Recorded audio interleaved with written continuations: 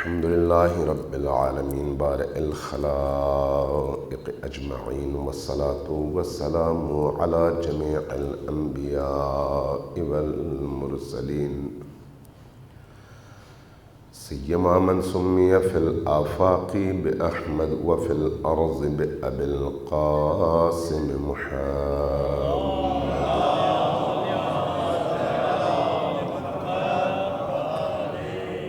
والصلاة والسلام على أولاده الطيبين الطاهرين المعصومين الميامين،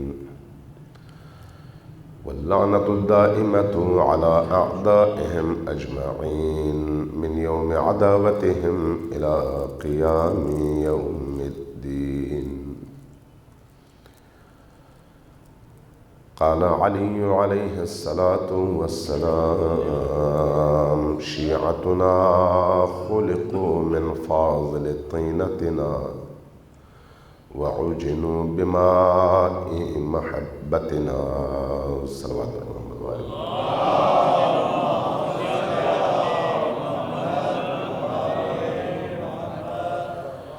اللہ تبارک و تعالیٰ آپ کی ان کوششوں کو اور اہل البیت کی مجالس میں شرکت کو اپنی بارگاہ میں ذخیرہ آخرت ہم سب کے لیے قرار دے اور قبول فرمائے. ذرا اونچی آواز سے صلوات بھیجیے.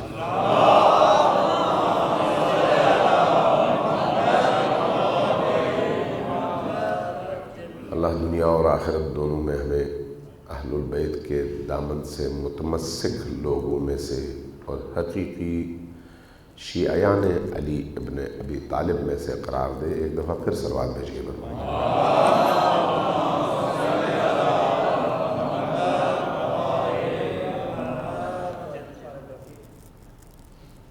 اہل البیت علیہ السلام کی زندگی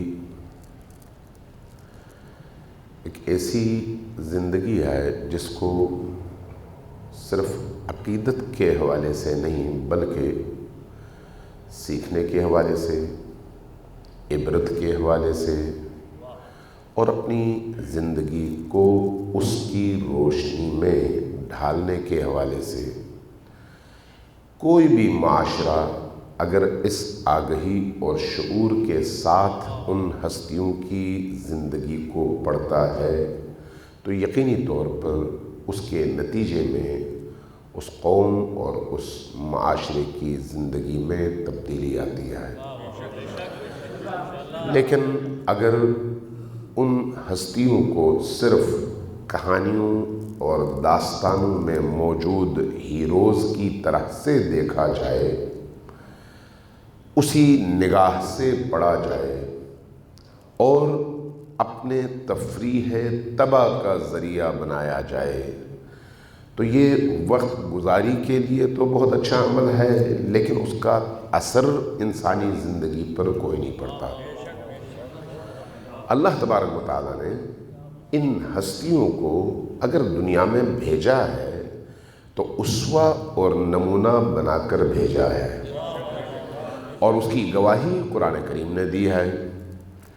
اس لیے ائمہ اہل البیت نے اپنی زندگی میں جن نشیب و فراز سے گزر کر ہم تک دین پہنچایا ہے، اگر انہی نشیب و فراز کا آپ مطالعہ کریں گے تو محسوس کریں گے کہ مظلومیت صرف کربلا میں نہیں تھی بلکہ جتنے بھی ائمہ گزرے سب کے سب اپنے اپنے زمانے میں مظلوم ترین ہستیوں کی شکل میں گزرے ہیں.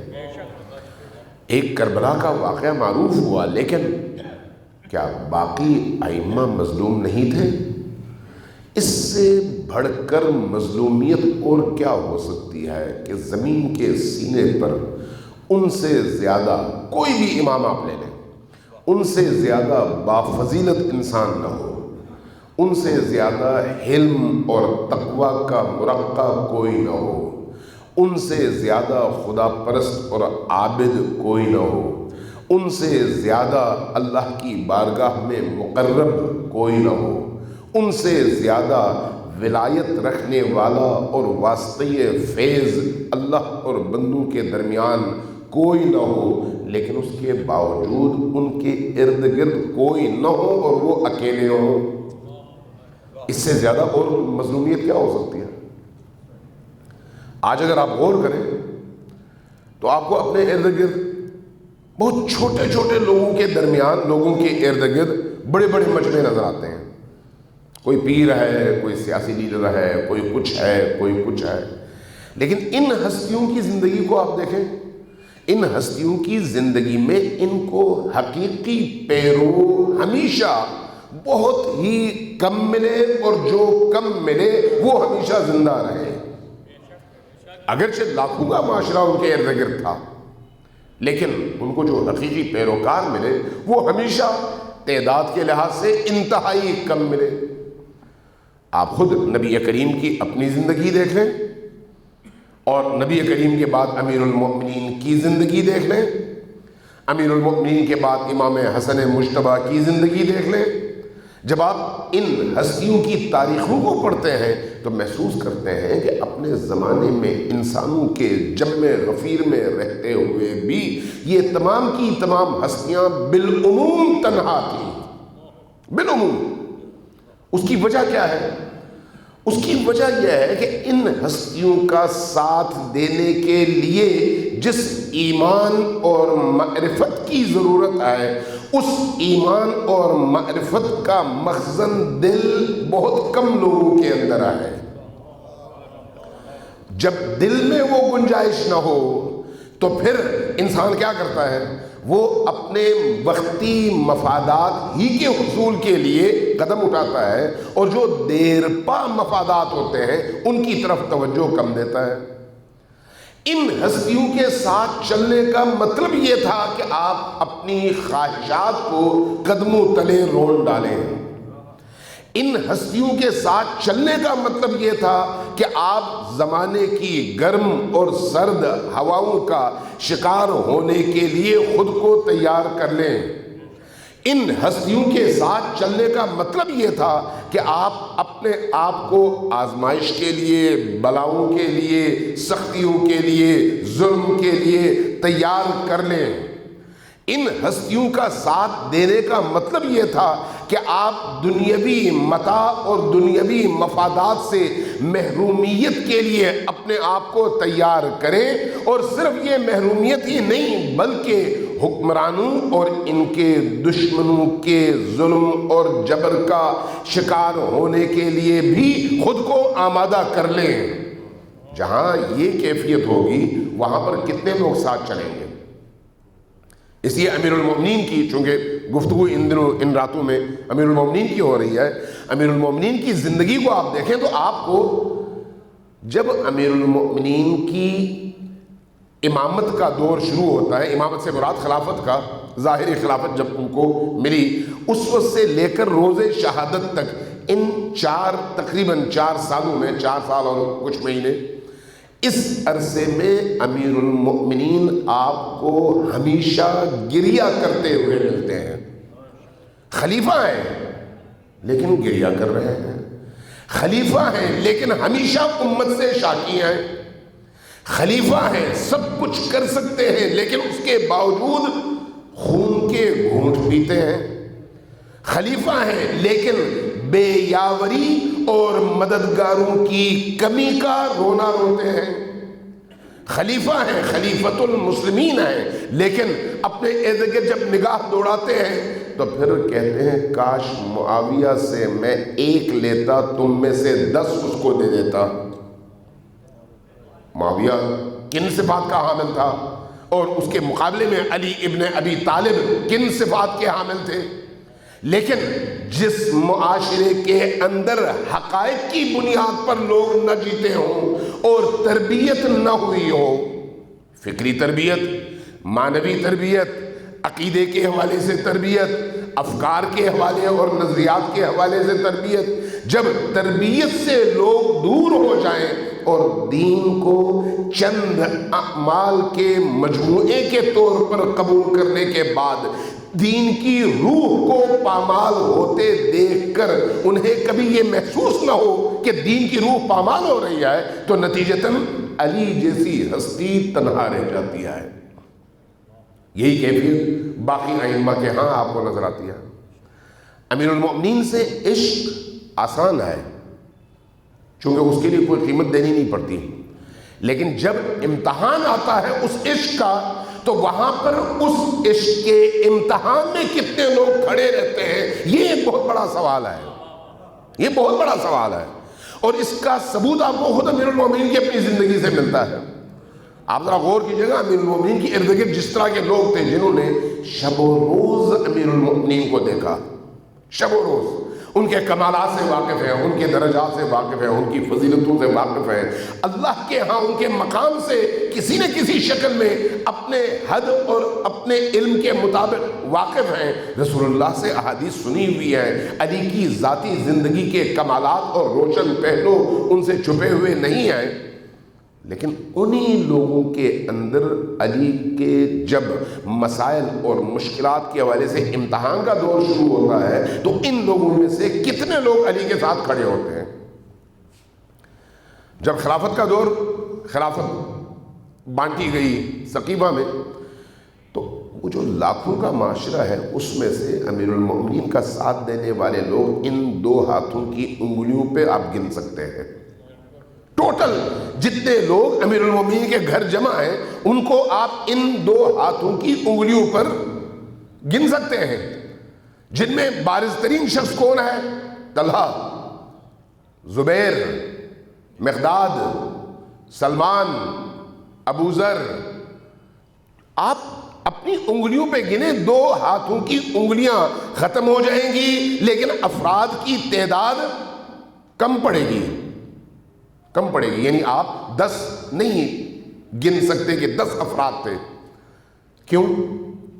کیا انہیں نہیں معلوم تھا کہ امیر المؤمنین کس مقام کے حامل ہیں اور ان کی ولایت کا اعلان کس طرح سے ہوا ہے؟ کیا انہیں نہیں معلوم تھا کہ امیر المؤمنین کی ولایت کا غدیر میں اعلان ہونے کے بعد اب اس کا نفاذ ہم سب کی اجتماعی ذمہ داری ہے؟ لیکن جب امتحان کا وقت آتا ہے تو لوگ ہمیشہ کم رہ جاتے ہیں۔ اب آپ اس کے بعد 25 سال بعد والا منظر دیکھ لیں۔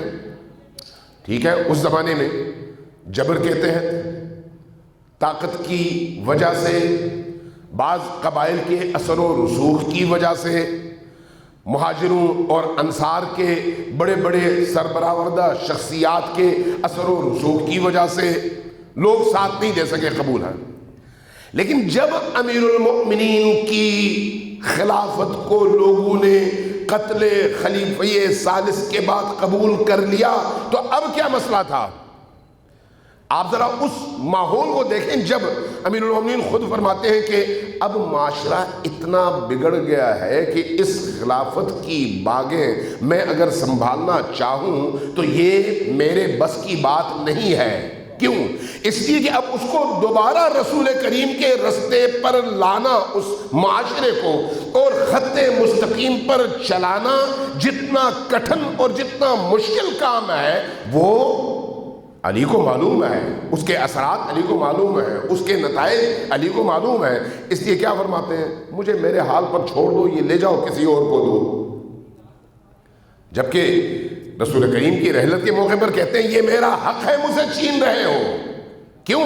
اس لیے کہ اس وقت ایک تربیت یافتہ نسبتاً تربیت یافتہ معاشرہ تھا، اب اس کی تربیت کو آگے استمرار اور تسلسل دینے کے لیے جس شخصیت کی ضرورت تھی اس شخصیت کو رسول کے مشابہ ہونا چاہیے تھا۔ اگر رسول کی مشابہ شخصیت آتی اور اس مسند پر بیٹھ جاتی تو اس صورت میں اس معاشرے کو اسی روح، اسی فکر اور اسی تربیتی نظام کے تحت آگے بڑھایا جا سکتا تھا۔ چونکہ اسلام زمین پر قبضے اور بدن کو مسخر کرنے کے لیے نہیں آیا، اسلام آیا ہے روحوں کو مسخر کرنے کے لیے، اور روحوں کی تسخیر کے لیے تربیت شرط اول ہے، تلوار نہیں۔ مشکل ہماری یہ ہوئی تاریخ اسلام کی کہ جن لوگوں کو خلافت ملی انہوں نے اسلام کے پھیلانے کو سمجھا کہ تلوار کے ذریعے سے، طاقت کے ذریعے سے آپ لوگوں کو اسلام کے اندر داخل کرتے رہیں اور اس سے اسلام پھیل جائے گا، جبکہ ساتھ میں تربیتی جس نظام کی ضرورت تھی اس کا فقدان تھا۔ جہاں پر تربیت نہیں ہوگی، آپ نے وہ پٹھان کا واقعہ سنا ہوگا، کسی جنگ کے والے، لطیفہ ہے اگرچہ لیکن سیکھنے کا ہے، کہ کسی سکھ کو اس نے گرایا نیچے اور کہا کلمہ پڑھو، اس نے کہا کیا پڑھوں؟ کہا کلمہ پڑھو۔ کہا کیا پڑھوں؟ کہا کلمہ پڑھو۔ کہا کلمے میں کیا پڑھوں؟ کہا اس نے مجھے بھی نہیں معلوم کیا پڑھے۔ تو جہاں پر تربیت نہ ہو وہاں پر پھر جس نے اسلام کی دعوت دینی ہے وہ کس اسلام کی دعوت دے گا؟ کس اسلام کی؟ جبکہ وہ خود اس تربیت اور اس سسٹم سے اس طرح سے واقف نہیں ہے، یا اس سانچے میں وہ پورا اترا نہیں ہے۔ علی عکس نبی ہیں، نبی کا عکس، نبی کی تصویر، نبی کا تعلیت علم، یعنی دوسرے لفظوں میں نبی کو ہٹا دیا جائے تو اس مسند پر جو شخص بیٹھ کر نبی نظر آ سکے وہ علی ہے۔ جب اس ہستی کو اس مقام پر بیٹھنے نہ دیا جائے اور ایسے لوگ آئیں جن کی زندگی کا بہت بڑا حصہ ایک ایسے ماحول میں گزرا ہو جو دین کے لیے قابل قبول نہیں ہے، تو نتیجتاً جب وہ دین کی دعوت دیں گے تو ایک ایسے دین کی دعوت دیں گے جو خود مکمل نہیں ہے۔ جو دین مکمل نہ ہو وہ اس آنے والے شخص کو مکمل کبھی بھی نہیں کر سکتا۔ قرآن اگر مکمل ہو تو انسان کی تکمیل کر سکتا ہے اور انسان کی تربیت کر سکتا ہے۔ مربی خود مکمل ہو تو انسان کی تربیت کر سکتا ہے۔ اگر ایک شخص پرائمری کا ٹیچر ہو اور وہ کسی یونیورسٹی کے طالب علم کو پڑھانا چاہے تو ممکن نہیں ہے۔ کیوں؟ اس لیے کہ یونیورسٹی کی تعلیم میں جو جامعیت چاہیے وہ اس پرائمری کے ٹیچر کے اندر موجود نہیں ہے۔ لہذا دین کی ترویج، دین کی تفہیم اور دین کی تبلیغ کے لیے جب اللہ کی جانب سے شخصیات کو بھیجا جاتا ہے تو وہ ہستیاں ہوتی ہیں جن کی زندگی میں کوئی ڈارک اور اندھیرا پہلو بھی نہیں ہوتا اور کوئی ناقص پہلو بھی نہیں ہوتا۔ وہ کامل ہوتے ہیں۔ چونکہ وہ کامل ہوتے ہیں اس لیے اسوہ بنتے ہیں، اس لیے نمونہ بنتے ہیں۔ لیکن جو لوگ آئے وہ تھے جن کو اگر کسی اور کی مدد نہ ملے تو وہ قرآن سے بھی کما حقہ استفادہ کرنے سے قاصر تھے۔ بہت سارے ایسے مقامات آئے جہاں پر انہوں نے کہا ہمیں تو پتہ ہی نہیں تھا کہ یہ آیت بھی قرآن میں موجود ہے۔ خود نبی کریم کی رحلت کے موقع پر ایک صاحب اٹھے، کہا کہ جو بھی کہے گا کہ نبی کریم کا انتقال ہو گیا ہے میں اپنی تلوار سے اس کی گردن اڑا دوں گا، اس لیے کہ نبی کریم حضرت عیسیٰ کی طرح سے آسمان میں چلے گئے ہیں۔ دوسرے صاحب نے آ کے جب کہا کہ بھئی قرآن کریم میں یہ آیت آئی ہے کہ اگر نبی قتل ہو جائیں تو کیا تم واپس اپنی زمانے جاہلیت کی طرف لوٹو گے؟ تو جب یہ کہا تو کہا اچھا مجھے نہیں پتا تھا کہ قرآن میں یہ آیت بھی ہے۔ یہ شیعہ بیان نہیں کر رہا اور نہ ہی میرا مقصد جو ہے کوئی مناظرہ بیان کرنا ہے، لیکن کہنا یہ چاہ رہا ہوں کہ جب اس مسند پر جو مسند ہدایت کا مسند ہے، ہدایت کی سیٹ اور ہدایت کی کرسی ہے، جو انسانوں کو عقل دینے، شعور دینے اور ان کی رہنمائی کی سیٹ اور وہ مسند ہے، اس مسند پر اگر کوئی ایسا شخص آ جائے جو اس کا اہل نہ ہو تو نتیجتاً معاشرہ انحطاط کا شکار ہو جاتا ہے۔ اور جیسے جیسے وقت گزرتا چلا جاتا ہے ویسے ویسے معاشرہ اس انحطاط کی طرف تیزی کے ساتھ بڑھتا چلا جاتا ہے۔ لہٰذا امیر المومنین کی زندگی میں آپ دیکھیں گے کہ امیر المومنین کی زندگی کے چند ادوار ہیں۔ ایک دور وہ ہے جو خود نبی کریم کے زمانے کا ہے، اس پر اس وقت بحث نہیں ہے، لیکن نبی کریم کی رحلت کے بعد کے جو ادوار ہیں اس میں ایک وہ 25 سالہ دور ہے جس میں علی تماشائی اگرچہ نہیں ہیں لیکن با اختیار نہیں ہیں۔ چونکہ با اختیار نہیں ہے اس لیے وہاں جہاں دین سے متصادم اعمال نظر آئیں فوری طور پر زبان کھولتے ہیں، فوری طور پر متوجہ کرتے ہیں، فوری طور پر متنبہ کرتے ہیں، فوری طور پر اللہ اور رسول کا حکم بتاتے ہیں، فوری طور پر سامنے والوں کو جہالت سے نکالتے ہیں، فوری طور پر سامنے والوں کو علم کی روشنی عطا کرتے ہیں، لیکن اختیار دین کے نفاذ کا آپ کے پاس نہیں ہے۔ نتیجہ ایسے قوانین بنتے ہیں جس کے نتیجے میں لوگ آہستہ آہستہ دینی اقدار سے دور ہوتے چلے جائیں۔ ایسا معاشرہ آہستہ آہستہ پروان چڑھتا ہے جہاں پر طبقاتی نظام وجود میں آئے۔ ایسا معاشرہ تشکیل پاتا ہے جہاں پر عبادات کی ظاہری شکل کی حفاظت تو ہو لیکن اس کی روح آہستہ آہستہ کمزور ہوتی چلی جائے۔ آہستہ آہستہ ایسا معاشرہ تشکیل پاتا ہے جہاں پر اقربا پروری آہستہ آہستہ بڑھتی چلی جائے، جہاں پر دولت کی تقسیم میں عدل اور انصاف کا معیار ختم ہوتا چلا جائے اور کمزور ہوتا چلا جائے۔ ایسا معاشرہ جہاں پر جاننے والے اور ماننے والے حامی پارٹی کے لوگ ان کو زیادہ سے زیادہ موقع دیا جائے اور وہ جو نبی کے دور کی عدل اور عادلانہ یا مساوات کا اصول تھا اس کو پامال کیا جاتا رہے۔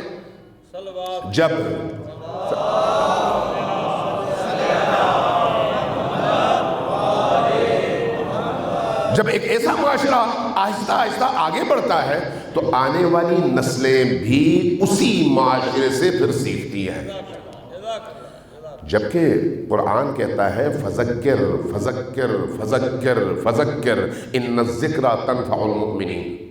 قرآن اور دین آپ کو کہتا ہے 5 وقت کی نماز پڑھو۔ کیوں؟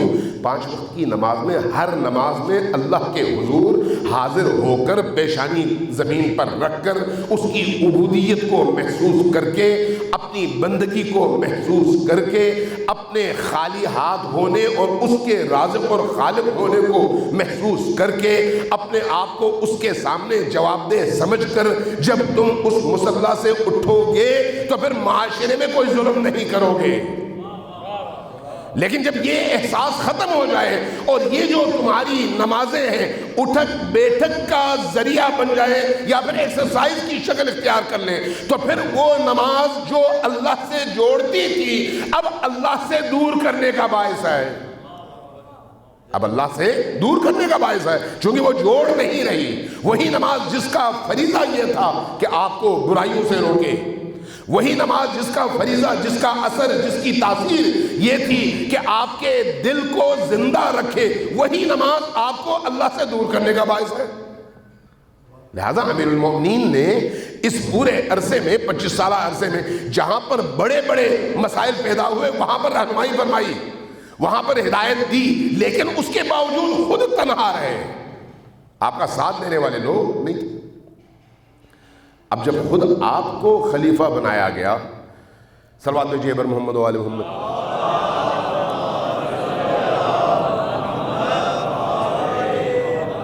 یہ عجیب ہے کہ جب آپ کو خلیفہ بنایا گیا آپ نے پھر نہج البلاغہ میں ان کے جملے پڑھ لیجئے، فرمایا کہ میں تو کبھی بھی مائل نہیں تھا، چونکہ اب یہ معاشرہ وہ نہیں رہا جو رسول پاک کا معاشرہ تھا، اب اس کو دوبارہ اس راہ راست پر لانے کے لیے جس جتن کی، جس کوشش کی، جس جدوجہد کی ضرورت ہے اس کا متحمل یہ معاشرہ نہیں آئے۔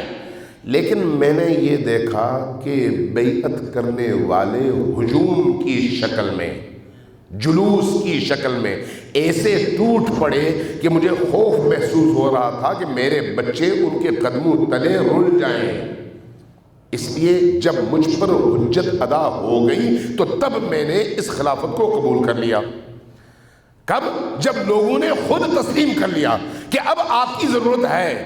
لیکن اب دوسرا المیہ یہاں سے شروع ہوتا ہے کہ اب علی کو ایک ایسی خلافت ملی ہے جہاں پر عقائد کا انحراف بھی موجود ہے، عمل کا انحراف بھی موجود ہے، لوگوں اور معاشرے میں پلنے والے افراد کے مزاج اور ان کے خلق و خو اور ان کے اخلاق میں بھی بگاڑ موجود ہے، عادتیں بگڑ چکی ہیں، خلافت کا غلط استعمال، مناصب کا غلط استعمال، بیت المال کا غلط استعمال اپنے اس اوج اور عروج تک پہنچ چکا ہے، اس بلندی تک کہ اب اس کو واپس سمیٹنے کے لیے جس طاقت کی ضرورت ہے اس کا متحمل یہ معاشرہ نہیں ہے۔ علی کو پتا ہے، امیر المومنین کو پتا ہے، اس لیے یہ جانتے ہیں کہ اب اگر میں نے قدم اٹھایا تو پھر مجھے کتنی سختی کرنی پڑے گی۔ امیر المومنین اپنے حق کے چھن جانے پر خاموش رہتے ہیں، لیکن دین کے کسی اصول اور کسی حکم کی پامالی پر، چاہے وہ چھوٹے سے چھوٹا عمل ہی کیوں نہ ہو، خاموشی علی کی لغت میں نہیں ہے۔ علی کی لغت میں وہ خاموشی نہیں ہے۔ اس لیے جب خلافت کو قبول کرتے ہیں تو اپنی یہ حجت ادا کرنے کے بعد کہتے ہیں اب جب تم نے مجھے خلیفہ بنا ہی لیا ہے تو پھر دیکھ لو، اب پرانا سسٹم نہیں چلے گا، پرانا نظام اب نہیں چلے گا، اب چلے گا تو علی کا نظام چلے گا۔ کل میں نے آپ سے عرض کیا تھا نا کہ قتل حضرت عمر کے بعد امیر المومنین نے صرف ایک جملے کی وجہ سے خلافت کو ٹھوکر پہ رکھا۔ آج چونکہ اس طرح کی کوئی شرط نہیں تھی اس لیے قبول کر لیا، وہ بھی لوگوں کی حجت تمام ہونے کے بعد، لیکن جب قبول کر لیا تو پھر اب اپنی شرائط رکھی، لوگوں کی شرائط پہ نہیں، اب اپنی شرط رکھی کہ اب اگر میں خلافت کو قبول کر رہا ہوں تو یاد رکھو یہ جو تم نے بڑی بڑی بلڈنگز بنائی ہیں، تم نے اتنی دولت جمع کی ہے، سونے کی اینٹوں کو وراثت میں تقسیم کرنے کے لیے تمہیں کلہاڑی کا سہارا لینا پڑتا ہے، اس حد تک بیت المال پر تمہارا قبضہ ہے۔ بہت بڑے بڑے ایسے لوگ اس معاشرے کے اندر موجود ہیں جن کو اتنا نوازا گیا ہے کہ ان کے گھروں کے جو مخازن ہیں وہ دولت سے بھرے ہوئے ہیں اور غریب سے غریب تر ہے۔ اب ایک ایسے معاشرے میں علی مساوات قائم کرنا چاہتے ہیں، اللہ کے عادلانہ نظام کا نفاذ چاہتے ہیں، تو اس لیے کیا کریں گے؟ کہنے لگے اب اگر میں خلیفہ بن گیا ہوں تو پھر میں اللہ کے دین کو نافذ کرنے کے لیے ایک ذرہ برابر بھی چشم پوشی سے کام نہیں لوں گا۔ جس شخص نے بیت المال میں سے، حقوق المسلمین میں سے پیسے لے کر اپنی ذات پہ صرف کیا ہے، سب کا حساب لوں گا۔ اگر کسی نے اللہ کے حکم میں کوتاہی کی ہے تو اس کو سزا دوں گا، اگر کسی نے کوئی جرم انجام دیا ہے تو اس کو اس جرم کی سزا تک میں پہنچاؤں گا۔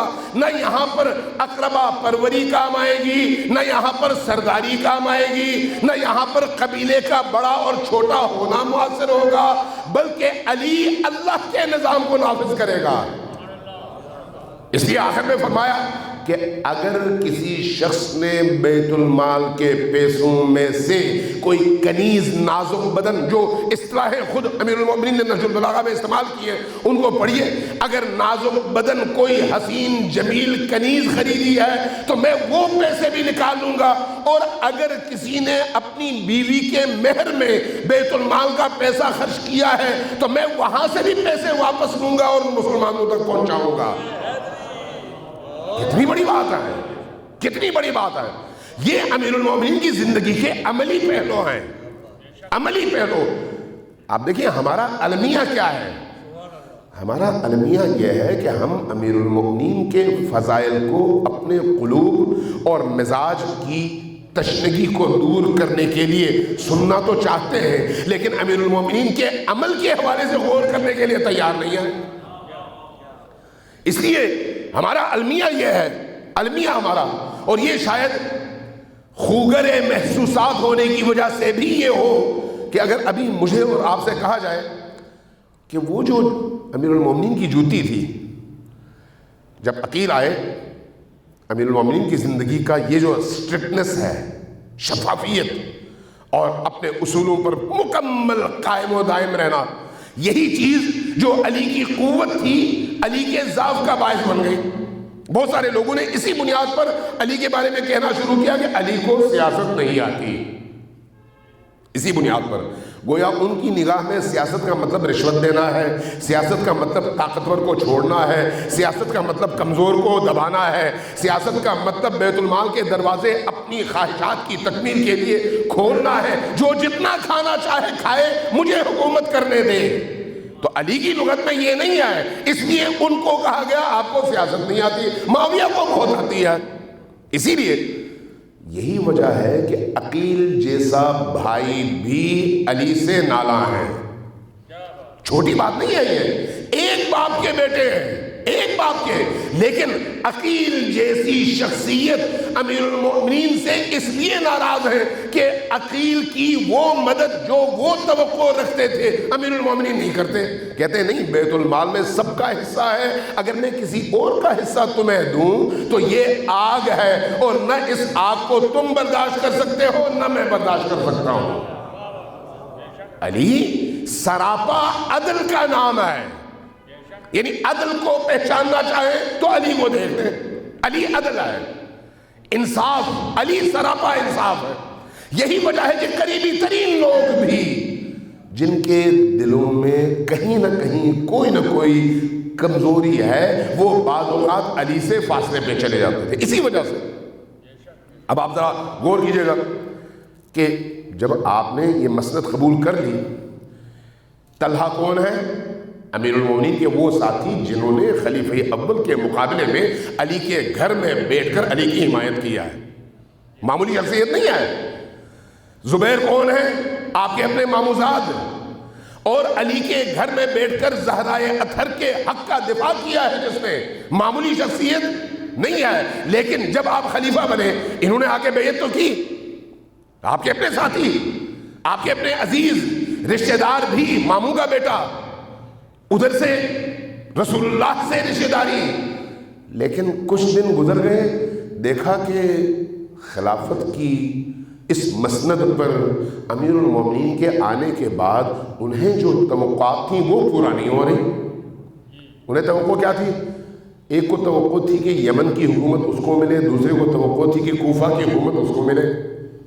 آپس میں بیٹھتے ہیں، کہتے ہیں بھئی علی نے ہمارا پوچھا ہی نہیں. چمے گوئیاں، پریشانی، آتے ہیں امیر المومنین کے پاس، یا امیر المومنین ہمارے لیے کوئی حکم؟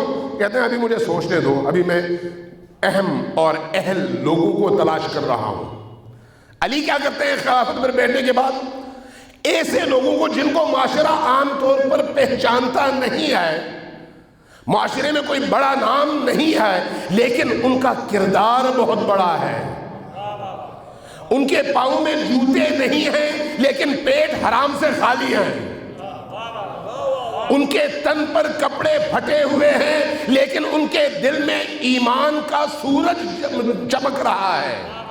ایسے لوگوں کو چن چن کر منتخب کرتے ہیں اور انہیں مناصب دیتے ہیں، اور وہ جن کے بڑے بڑے نام ہیں، بڑے بڑے مناصب ہیں، بڑے بڑے قبائل کے نمائندے ہیں، ان کو آہستہ آہستہ کاؤنٹر کرنا شروع کر دیتے ہیں. اس لیے بہت سارے لوگوں نے کہا کہ معاویہ کو فی الحال رہنے دیں ورنہ وہ جو ہے مشکل کھڑی کر دے گا.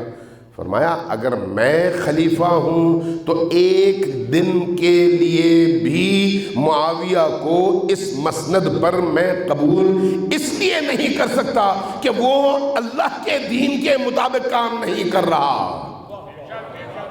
امیر المومنین کی نگاہ میں سیاست کسی اور چیز کا نام ہے.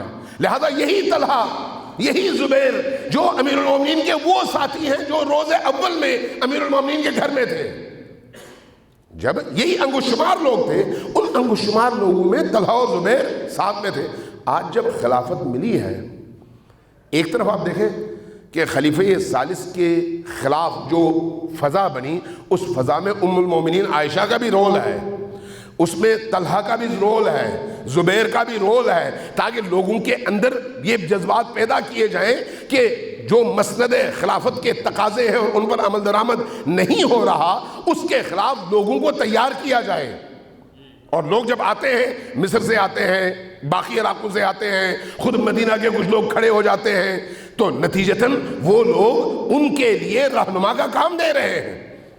لیکن جب خلیفہ ثالث کے بعد امیر المومنین کا انتخاب ہوتا ہے اور آپ خلیفہ بنتے ہیں، اور پھر مسندوں کی تقسیم میں امیر المومنین ان لوگوں کو اس لیے نظر انداز کرتے ہیں کہ ان میں وہ اہلیت اور وہ معیار نہیں ہے، وہ اہلیت اور وہ معیار جس کی علی کو ضرورت ہے. جب یہ ہوتا ہے تو پھر یہ لوگ آتے ہیں، یا علی کیا ہمارے لیے کچھ نہیں ہے؟ فرماتے ہیں ابھی ٹھہرو، ابھی ٹھہرو. جب وہ سنتے ہیں واپس چلے جاتے ہیں. آخری دفعہ پھر آتے ہیں کہتے ہیں یا علی ہمارے لیے کیا حکم ہے؟ فرماتے ہیں ابھی انتظار کرو، مجھے سوچنے دو، مجھے کچھ اپنا کام کمپلیٹ کرنے دو۔ نکلتے ہیں، نکلنے کے بعد امیر المومنین سے پہلے کہتے ہیں کہ ہم مکہ جا رہے ہیں عمرے کے لیے۔ فرماتے ہیں ایسا نہ ہو کہ تم کو کسی بڑے فتنے کا شکار ہو جاؤ۔ نہیں نہیں امیر المومنین، ہم تو صرف عمرے کی نیت سے جا رہے ہیں۔ لیکن پتہ ہے امیر المومنین جانتے ہیں۔ پھر کیا ہوا کہ ایسے لوگ بھی امیر المومنین سے دور ہو گئے۔ دنیا چیز ایسی ہے، دنیا بھائی کو بھائی سے جدا کرتی ہے اگر اندر ایمان مضبوط نہ ہو، اس لیے جدا ہو گئے، نکل گئے۔ اب ذرا غور کیجئے گا، امیر المومنین نے کچھ ایسے لوگوں کی نشاندہی کی جن کو خلیفہ ثالث کے دور میں سزائیں نہیں ملی، ان کے جرائم بہت بڑے بڑے تھے، جن میں ایک عبید اللہ ابن عمر ہے۔ حضرت عمر کو جن لوگوں نے قتل کیا، جس بندے نے قتل کیا، اس کے جرم کے طور پر ان کے بیٹے عبید اللہ ابن عمر نے جا کر اس کی بیوی یا اس کی بہن یا اس کی بیٹی اور اس کے ساتھ ایک اور بندے کو قتل کر دیا۔ ابھی حضرت عمر زندہ تھے، زخمی تھے، زندہ تھے، ان کو خبر ملی، کہا کہ اگر میرے بیٹے عبید اللہ نے یہ کام کیا ہے تو اس کو پکڑو اور سزا دو۔ پھر ان کا انتقال ہو گیا، تیسرے خلیفہ آ گئے، لیکن عبید اللہ کو کوئی سزا نہیں ملی۔ امیر المومنین کہتے رہے یہ جرم ہے، اللہ کے حدود کو پامال نہ کرو، لیکن کسی نے کہا نہیں دھرے۔ امیر المومنین کے ہاتھ میں حکومت نہیں ہے، اس لیے کہہ سکتے تھے، امر بالمعروف کر سکتے تھے، تلوار نہیں نکال سکتے تھے۔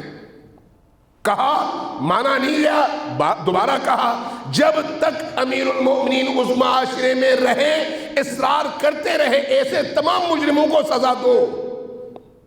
لیکن کیا ہوا؟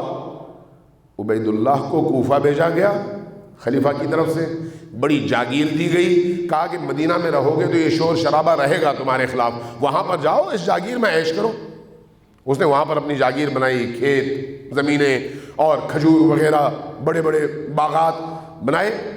اور جب خلیفہ ثالث قتل ہوئے اور علی امیر المؤمنین بنے تو امیر المؤمنین نے فوراً ان تمام لوگوں کی نشاندہی کی جن کو سزائیں نہیں ملی، کہا کہ ان کو پہلے پکڑو اور سزا دو، اس لیے کہ یہ حدود الہی ہے اور حدود الہی میں علی خاموش نہیں رہ سکتا۔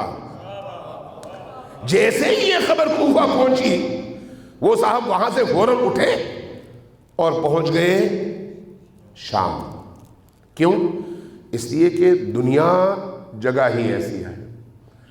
اب ادھر امیر المومنین بھی خلیفہ بنے، حضرت عثمان بھی پہلے خلیفہ بنے، حضرت عمر ان سے پہلے خلیفہ بنے، حضرت ابوبکر ان سے پہلے خلیفہ بنے، لیکن باقی ادوار اور علی کے دور میں فرق یہ ہے کہ ان ادوار میں جس نے بیعت کرنے سے انکار کیا ان کا وہ حشر ہوا جس کی آپ مثال تاریخ اسلام میں اور صدر اسلام میں ڈھونڈ نہیں سکتے۔ مختلف قسم کے ہیلے، بہانوں، الزامات اور الہ حاضر القیاس، قس علی حاضر، جتنا آپ سوچ سکتے ہیں، میں اس تفصیل میں نہیں جاتا۔ لیکن جب علی کا دور آیا تو علی نے کہا آپ کی مرضی ہے، جو بیعت کرنا چاہے کرے، جو نہیں کرنا چاہے نہ کرے۔ علی اس پورے اجتماع کی طرف سے اعتماد کے اظہار اور بیعت کے بعد خلیفہ بنا ہے۔ اب اگر کچھ لوگ بیعت نہ کرنا چاہیں تو وہ جانے، ان کا خدا جانے، جن میں ایک عبداللہ ابن عمر بھی ہے۔ عبید اللہ ابن عمر ادھر چلے گئے، عبداللہ ابن عمر نے بیعت کرنے سے انکار کر دیا، لیکن علی نے تلوار نہیں اٹھائی، علی نے کوئی ظلم نہیں کیا، علی نے ان کو مجبور نہیں کیا۔ اور جن لوگوں نے علی سے بیعت کرنے کے بعد بیعت توڑ کر علی کے مقابلے میں کھڑے ہو کر تلواریں نکالی، ان کو بھی آخری وقت تک کوشش کرتے رہے کہ ہدایت کے ذریعے سے ان کو قریب لائیں۔ یہ علی کی وہ عظیم روح ہے، علی کی وہ بڑائی ہے، علی کے فکر کی وسعت ہے۔ اس لیے آپ دیکھیں جب جمل کی جنگ کا آغاز ہونے لگا، ام المومنین حضرت عائشہ اور طلحہ و زبیر، یہی تین سربراوردہ شخصیات تھیں، اور عبداللہ ابن زبیر کے بیٹے اور کچھ اور لوگ، انہی لوگوں کے ہاتھوں میں اس پورے کاروان اور قافلے کی سربراہی تھی۔ ان لوگوں نے امیر المومنین کے خلاف لوگوں کو جب بھڑکانا شروع کیا تو ان کو بھی آخر مدد تو چاہیے تھی۔ مدد کس نے کی؟ مدد ان لوگوں نے کی جن کو خلیفہ ثالث کے دور میں کوفہ کا، بصرہ کا، یمن کا گورنر بنایا گیا تھا، اور جن کے گھر خزانے سے بھرے ہوئے تھے۔ اور ادھر امیر المومنین نے کہا تھا کہ میں یہ کام برداشت نہیں کرتا، یہ دولت ان بیچارے مظلوم مسلمانوں کی دولت ہے، ان کا حق ہے، کسی فرد واحد کا نہیں ہے۔ لہذا جب دیکھا کہ اب اگر ہم علی کے خلاف کسی ایسی موومنٹ کا حصہ نہیں بنتے تو یہ ساری چیزیں چھن جائیں گی، تو انہوں نے ان حضرات کی مدد کرنی شروع کر دی۔ اور یمن سے بندہ آیا گورنر، کہا کہ بھئی پیسے جتنا چاہو لے لو، سواریاں جتنا چاہو لے لو، اونٹ جتنے چاہیں لے لو، گھوڑے جتنے چاہو لے لو، اسلحہ جتنا چاہو لے لو، خلیفہ ثالث کے قتل کا ہم نے بدلہ لینا ہے، اور وہ بدلہ علی سے لینا ہے۔ جبکہ مروان کا ایک جملہ ہے، طبری نے نقل کیا اور بڑا عجیب ہے، کہا کہ حضرت عثمان کے قتل سے پہلے حضرت عثمان کو بچانے کے لیے جتنی کوشش اور جتنی جد و جہد علی ابن ابی طالب نے کی، اتنی کوشش کسی اور نے نہیں کی۔ علی اس عادلانہ نظام کا علمبردار ہے۔ لیکن آپ عملاً دیکھیے کہ امیر المومنین کی زندگی میں مشکلات کہاں سے آتی ہیں۔ کچھ وہ لوگ جو دور ہیں اور کچھ وہ لوگ جو قریب ہیں، دونوں کی طرف سے مشکلات ہیں، اور علی اکیلے ہیں۔ علی کے پاس کتنے لوگ ہیں؟ مالک اشتر جیسے 2 4 6 8، باقی سارا معاشرہ اس مشکل میں گرفتار جس کا تعلق انسان کی روح اور اس کی تربیت سے ہے۔ یہی وجہ ہے کہ جب امیر المؤمنین علی ابن ابی طالب نے ایسے گمراہ عناصر کے خلاف اپنی موومنٹ کا آغاز کیا تو وہی لوگ مقابلے میں آئے، اور نتیجتاً 3 بڑی جنگیں، ایک جمل میں جن لوگوں نے امیر المؤمنین کے خلاف تلوار نکالی، یہ کون لوگ تھے؟ بالعموم سرمایہ دار لوگ، توجہ ہے آپ کی، سرمایہ دار لوگ، جن کو خطرہ یہ تھا کہ اب اگر علی کی حکومت مضبوط ہوئی تو پھر ہمارا سرمایہ ہمارے ہاتھوں سے نکل جائے گا۔ اپنے سرمایہ کی حفاظت کے لیے وہ مجبور تھے کہ علی کے مقابلے میں کھڑے ہوں۔ اگر موقع ملے اگلی راتوں میں اس پر جو ہے کچھ نہ کچھ میں آپ سے عرض کروں گا، چونکہ میرا موضوع اس وقت جنگ جمل نہیں آیا، لیکن ایک آپ کو وہ اس کا وہ دینا چاہ رہا ہوں کہ تصور ذرا واضح ہو جائے۔ جمل ان لوگوں کی کاوشوں کا نتیجہ ہے جو اپنا سرمایہ بچانا چاہ رہے تھے۔ ہر دور کے سرمایہ داروں کے اندر طلحہ و زبیر موجود ہوتے ہیں، ہر دور کے سرمایہ داروں کے اندر دین کا لبادہ اوڑھ کر دین کو قتل کرنے والے موجود ہوتے ہیں، اور ان کا پیسہ جو دین کے نام پر آیا ہوتا ہے دین کو ختم کرنے کے لیے استعمال ہو رہا ہوتا ہے۔ آج بھی ایسا ہے، اپنے زمانے پر منطبق کر کے دیکھیں۔ اسی طرح سے دوسرا طبقہ ان لبرلز کا ہے، میں آج کی اس طرح بیان کر رہا ہوں۔ ایک ہے سرمایہ دارانہ طبقہ، سرمایہ دار طبقہ جن کا تعلق جمل سے ہے، اور ایک ہے وہ طبقہ جو لبرلز سے عبارت ہے۔ آج کے دور میں لبرلز کیسے لبرلز؟ ایسے لبرل جو نماز بھی پڑھتے ہیں اور کہتے ہیں کہ دین کا سیاست سے کوئی تعلق نہیں ہے، دین الگ ہے، سیاست الگ ہے۔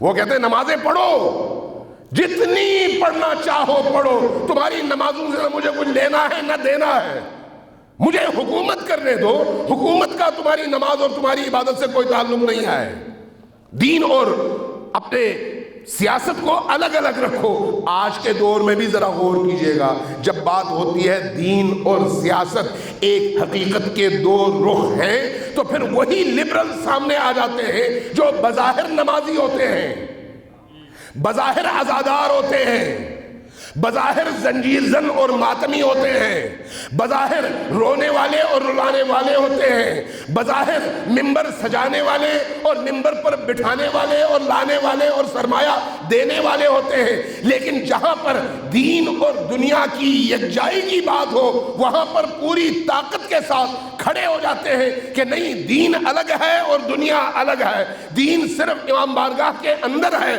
باہر جو کچھ کرنا چاہو اس کا کوئی تعلق دین سے نہیں ہے۔ وہی لبرل سوچ جو آج بھی ہے تب بھی تھی۔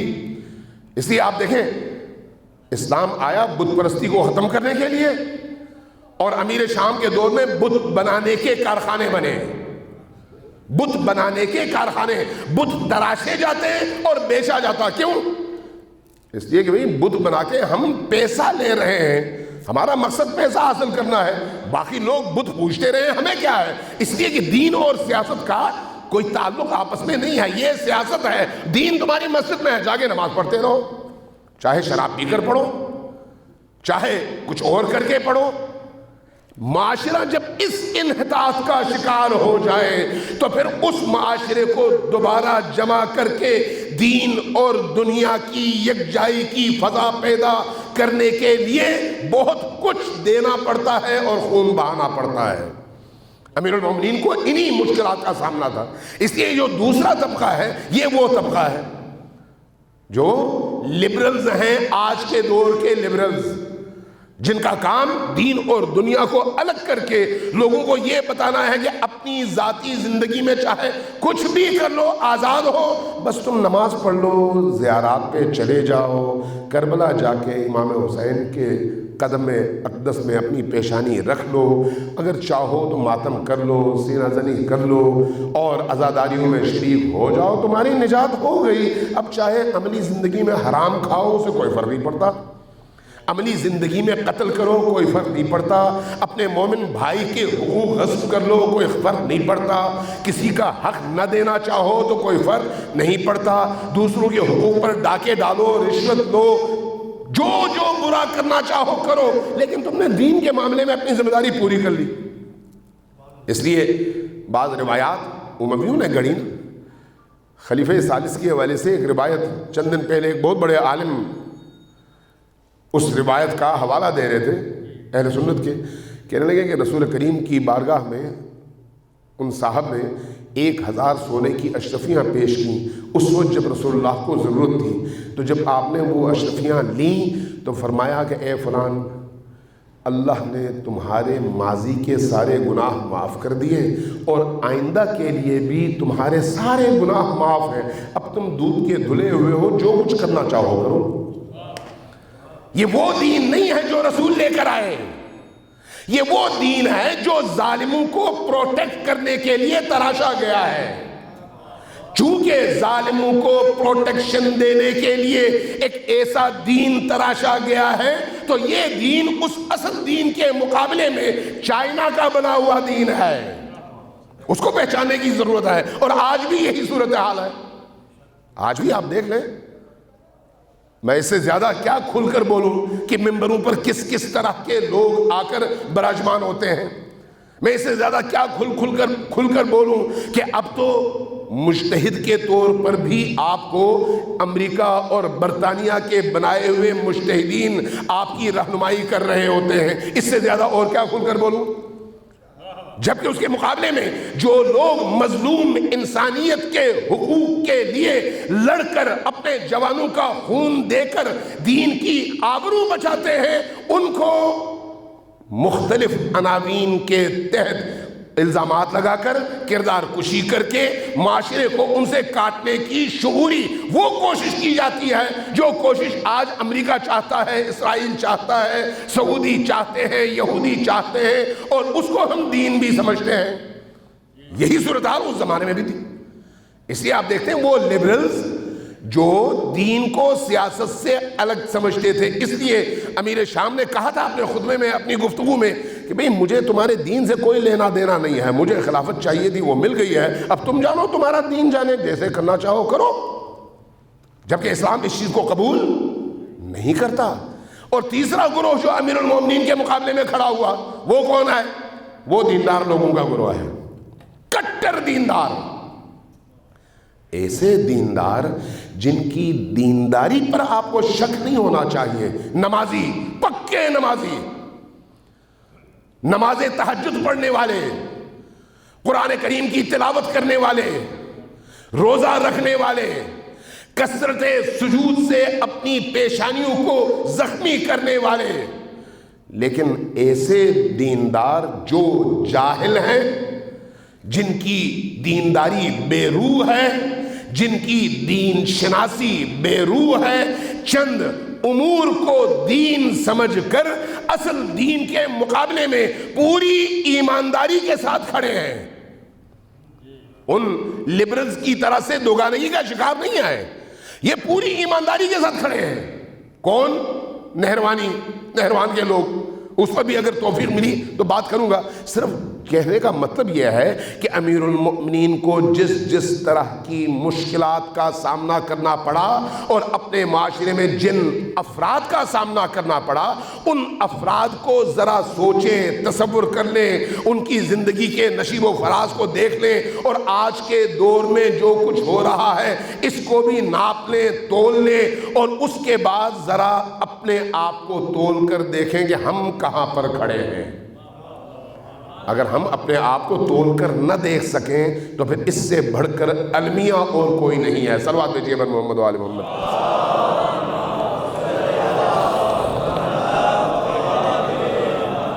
امیر المومنین کا ساتھ دینا آسان نہیں ہے، امیر المومنین کا زبان سے ساتھ دینا بہت آسان ہے، لیکن عملی طور پر ساتھ دینا انتہائی مشکل کام ہے۔ لوگوں کو لڑانے کے لیے علی ولی اللہ اور ولایت کے نعرے لگانا سب سے آسان کام ہے، لیکن اس ولایت علی کے عملی مشاہدے کے لیے اور اس کے نفاذ کے لیے جد و جہد کے میدان میں آ کر اپنے رگوں کا لہو پیش کرنا یہ ہر ایرے غیرے کا کام نہیں ہے۔ اس کے لیے پھر ایمان چاہیے، اور وہ ایمان کتنے لوگوں میں ہے؟ غور کیجئے گا اپنے ارد گرد کے معاشرے پر۔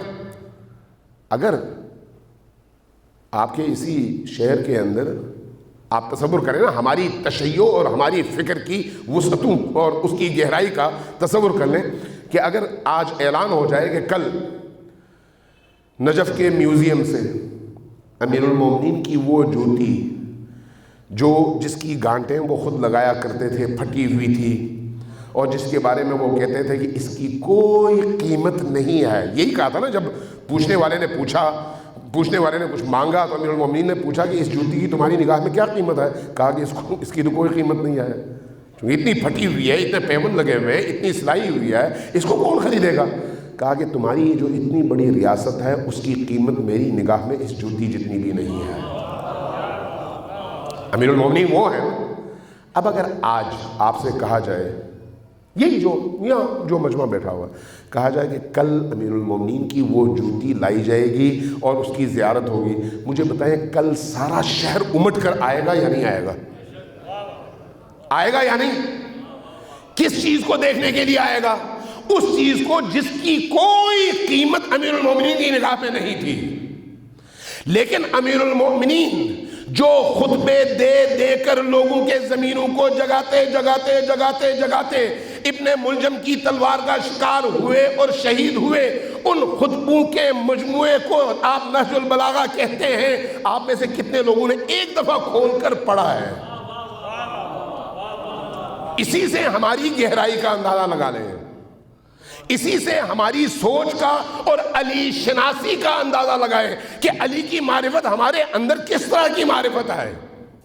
علی جس ہدف کے لیے خود بھی قربان ہوئے اور آل علی نے بھی گزشتہ اس پورے 1400 برس میں اپنی جانیں، اپنا مال، اپنی عزت، اپنی ناموس، اپنی چادریں سب کچھ داؤ پر لگا کر جس دین کی حفاظت کی اور عالم انسانیت کو جینے کے اصول بتائے، جس کے لیے سب کچھ قربان کر دیا، ان اصولوں میں سے کتنے اصول ہم نے پڑھے، ان کو سمجھا اور ان کو اپنے سامنے رکھ کر کہا کہ ہم نے اس کے مطابق زندگی بسر کرنی ہے۔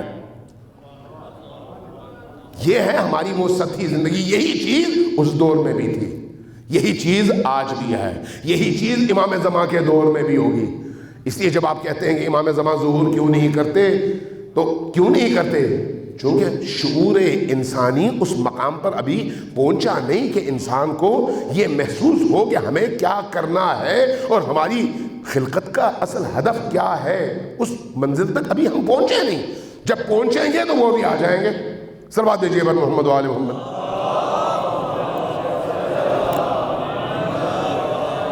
یہ یاد رکھیے, امیر المومنین کو وہ جو ان کے شیعہ ہیں نا, ان کے شیعہ, ان سے بہت محبت ہے. یہ یاد رکھیے, کوشش کریں وہ شیعہ بنے جن سے امیر المومنین کو محبت ہے. دل میں وہ پاکیزگی پیدا کریں کہ امیر المومنین کا نام آئے, ان کا ذکر آئے تو آپ کا دل موم کی طرح سے پگھلے. آپ محسوس کریں اپنے اندر کہ امیر المومنین کی محبت یہ ہوتی ہے. امیر المومنین کا وہ فرمان ذہن میں رکھیں ہمیشہ کہ جو اندر سے نفاق کا شکار ہوتا ہے, اس کو اگر میں ساری دنیا کی دولت دے دوں تو وہ کبھی بھی مجھ سے عشق نہیں کر سکتا. اور اگر جس کے دل میں واقعی میری محبت کی نورانیت موجود ہے, اس کے ہاتھ پیر کاٹ دوں تب بھی وہ مجھ سے دور نہیں ہو سکتا.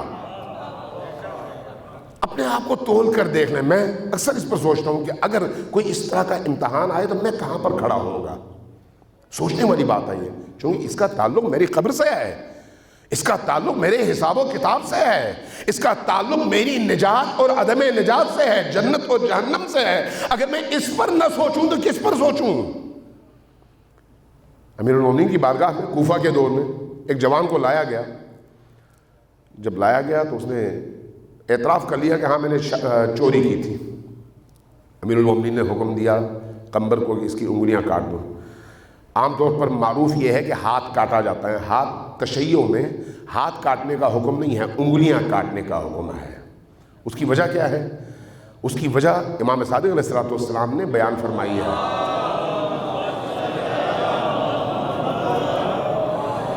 فرمایا کہ نماز ہر انسان پر فرض ہے, واجب ہے, اور نماز میں خصوصاً سجدے میں جسم کے 7 اعضاء کا زمین پر پڑھنا واجب ہے, فرض ہے. بعض اوقات آپ اپنے ارد گرد دیکھ لیں, لوگ سجدے میں جب ہوتے ہیں تو اپنے ہاتھ یوں رکھتے ہیں, یوں. غلط ہے, سجدہ نہیں ہے وہ نماز نہیں ہے.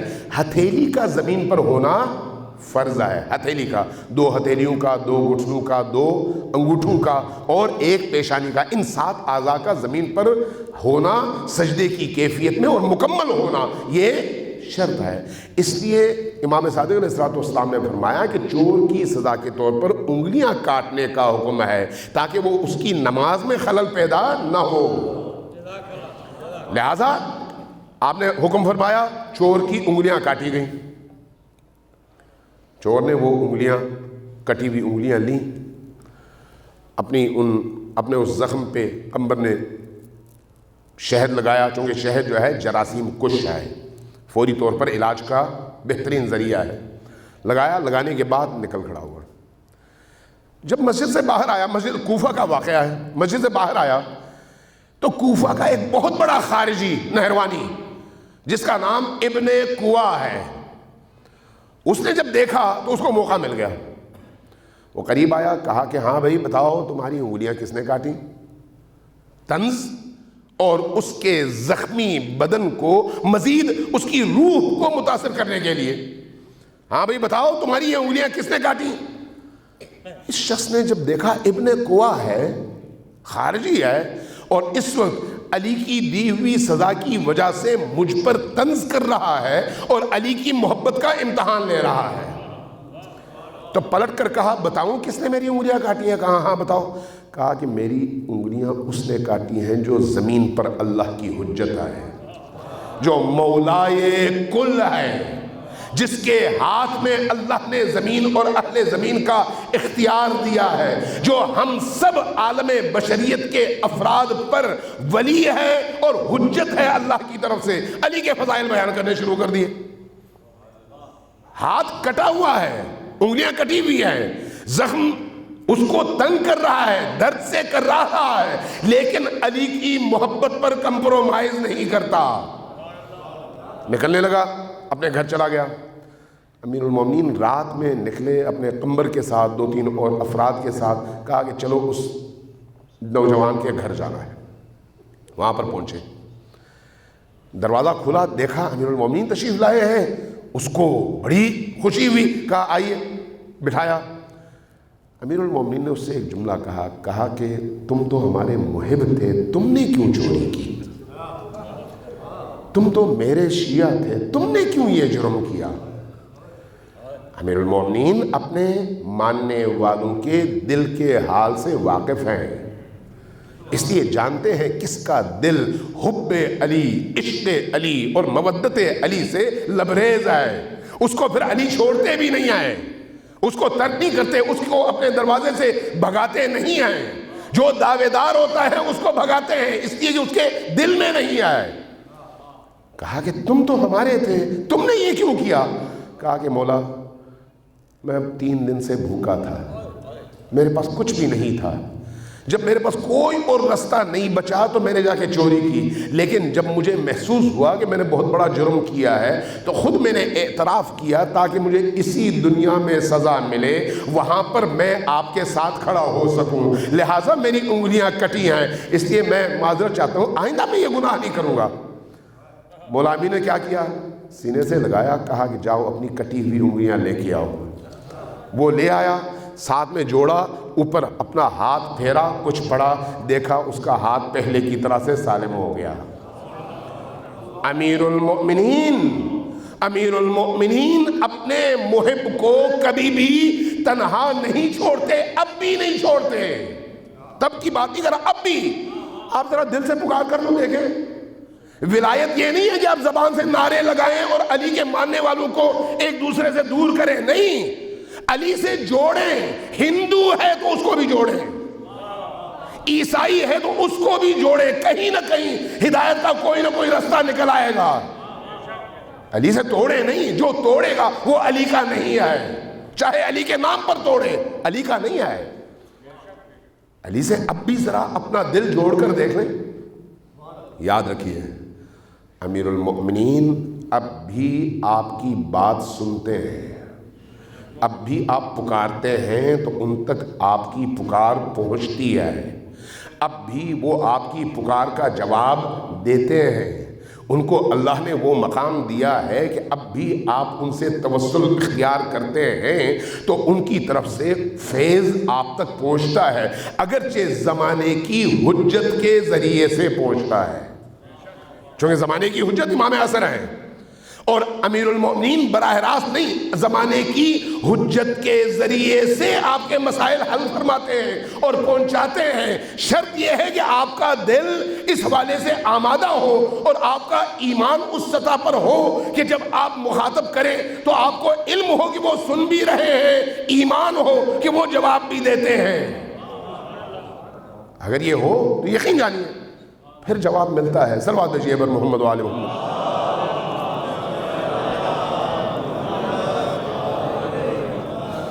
یہ ایام مصیبت کے ایام ہیں، درد کے ایام ہیں، مصائب کے ایام ہیں، اور اہل البیت کے لیے انتہائی سخت ایام ہیں، انتہائی سخت۔ یہ وہی ایام ہیں جن کے بارے میں تاریخ نبیسو نے کہا ہے کہ شام کا یہ جو سفر تھا کربلا والوں پر بہت زیادہ سخت تھا، بہت زیادہ سخت تھا۔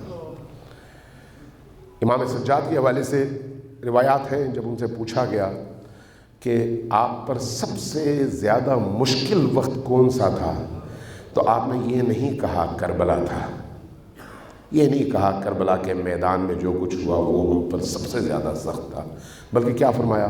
فرمایا الشام الشام الشام، شام ہمارے لیے بہت سخت تھا۔ اس لیے روایات میں اور تاریخوں میں لکھا ہے کہ امام سجاد جب تک زندہ رہے خون کے آنسو روتے رہے، خون کے آنسو۔ کوئی شخص نجف میں آیت اللہ العظمیٰ حکیم کے پاس گیا، عرض کیا آقا ہم نے سنا ہے کہ امام سجاد جب تک زندہ رہے 95 ہجری تک، تب تک ہمیشہ خون کے آنسو بہاتے تھے۔ آیا یہ مبالغہ ہے یا سچ میں خون کے آنسو بہاتے تھے؟ آیت اللہ عظمیٰ حکیم بہت بڑی شخصیت تھی، خود سید تھے، اولاد رسول میں سے تھے، آیت اللہ عظمیٰ تھے۔ جیسے یہ جملہ سنا ان کا سر جھک گیا اور بے اختیار رو پڑے۔ روتے روتے روتے ان کی ہچکیاں بند گئیں، جیب سے رومال نکالا، اپنی آنکھوں پہ رکھا اور کافی دیر روتے رہے۔ اور کافی دیر کے بعد جب تھوڑا سا پرسکون ہوئے تو اپنی آنکھوں سے رومال نکال کے نیچے رکھا۔ سوالی نے دیکھا اس پہ خون کے قطرے تھے۔ جب خون کے قطرے تھے وہ دیکھا، پریشان ہو گیا۔ آیت اللہ عظمیٰ حکیم نے جواباً کہا کہ تمہیں تمہارے سوال کا جواب مل گیا؟ ذرا سوچو کہ میں 61 ہجری کے کربلا میں نہیں تھا، میں نے کربلا میں جو کچھ ہوا اپنی ان آنکھوں سے نہیں دیکھا ہے۔ میں نے نہیں دیکھا کہ کس طرح سے مخدرات عصمت و طہارت کی چادریں چھنی۔ میں نے اپنی آنکھوں سے زینب کبریٰ کی چادر چھنتے ہوئے نہیں دیکھا۔ میں نے سکینہ کے چہرے پر تماچے پڑتے ہوئے نہیں دیکھا۔ میں نے حسین کے خیمے کو جلتے ہوئے اپنی آنکھوں سے نہیں دیکھا۔ میں نے شام کی ان سختیوں کو اپنی آنکھوں سے نہیں دیکھا۔ میں نے اہل البیت کے لاشوں کو گھوڑوں کے سمو تلے پامال ہوتے ہوئے اپنی آنکھوں سے نہیں دیکھا۔ لیکن جب کبھی میں یاد کرتا ہوں تو 1400 سال گزرنے کے بعد بھی مجھ میں تحمل نہیں ہوتا اور خون کے قطرے میری آنکھوں سے گرتے ہیں۔ سید الساجدین نے تو یہ سارے مظالم اپنی آنکھوں کے سامنے ہوتے دیکھے ہیں۔ سید الساجدین سے جب پوچھا گیا یا ابن رسول اللہ کہ یہ جو شام کا سفر ہے کیوں اتنا سخت ہے، کیا فرمایا؟ فرمایا کہ صورتحال ایسی تھی کہ ہم اہل البیت کو زنجیروں میں باندھا گیا تھا اور زنجیریں ہمارے چھوٹے چھوٹے بچوں کے جسم سے ان کے اور ان کی گردنوں سے بندھی ہوئی تھیں۔ کچھ کو سواریوں پہ تھے، کچھ سواریوں پہ تھے، کچھ پیدل تھے۔ جب کبھی اگلے سوار کو ہانکا جاتا تھا تو جو پیدل بچے ہوتے تھے ان کی زنجیر کھچتی تھی تو ان کا قدم زمین سے اٹھ جاتا تھا۔ پھر جب وہ روتا تھا تو دوبارہ اس اگلے کو روکا جاتا تھا تاکہ اس کے قدم زمین پر رہے اور اس کو تکلیف نہ ہو۔ اس کیفیت میں جب ہمیں شام کے اندر داخل کیا جانے لگا تو ایک رات ایک دن ہم شام کے دروازے پر کھڑے رہے تاکہ شہر کو سجایا جائے۔ اور سجایا کس لیے جائے؟ اس لیے کہ یزید کے دشمن کے طور پر ہمیں خارجی بنا کر داخل کیا جا رہا تھا۔ جب ہم شہر کے اندر داخل ہوئے تو چاروں طرف شادیانے بج رہے تھے، آل رسول کی بیٹیوں پر کچرا اور پتھر پھینکا جا رہا تھا۔ ایک وقت ایسا بھی آیا کہ گھروں کے چھتوں سے جلتے ہوئے انگارے ہمارے سروں پر پھینکے جانے لگے۔ وہ انگارے ہمارے جسموں پر پڑتے، ہمارے ہاتھ پاؤں بندھے ہوئے تھے۔ ہم میں اتنی سکت نہیں تھی کہ اپنے جسم کو ان انگاروں سے بچا پاتے۔ جسم جلتے تھے لیکن ہم اپنے آپ کو بچا نہیں پاتے تھے۔ اس کیفیت میں ہم شام کے بازاروں سے گزرے۔ ایک وقت ایسا آیا، سید الساجدین فرماتے ہیں کہ میری پھوپھی زینب نے ایک وقت ایسا دیکھا کہ تمام تماشائیوں کی نگاہیں ان اہل البیت کی مخدرات کے سرحائے اقدس پر ہیں۔ انہوں نے شمر کو قریب بلایا، کہا کہ ایک مہربانی کرو، یہ جو کٹے ہوئے سر ہیں ان کو ذرا ہم سے دور لے جاؤ۔ پوچھا کیوں؟ کہا کہ ان سروں کو دیکھنے کے بہانے لوگوں کی نگاہیں ہم پر پڑ جاتی ہیں اور حسین کی بیٹیاں یہ برداشت نہیں کرتی، نبی کی بیٹیاں یہ چیز برداشت نہیں کر سکتی۔ لیکن ان ظالموں نے ایسا کرنے کی بجائے ان سروں کو مزید قریب کر دیا۔ اس کیفیت میں یہ سارا سفر ہوا۔ سید الساجدین فرماتے ہیں کہ کیا اس سارے ظلم کے بعد میں خون کے آنسو نہ رہوں تو پھر کیسے رہوں؟ انا للہ و انا الیہ راجعون وسیعلم الذین ظلموا ای منقلب ینقلبون۔ نسألک اللہم وندعوک باسمک العظیم الاعظم الأعز الأجل الأكرم يا الله يا الله يا الله يا الله يا الله يا الله يا الله يا الله يا الله يا الله يا رحمن يا رحيم يا مقلب القلوب ثبت قلوبنا على دينك.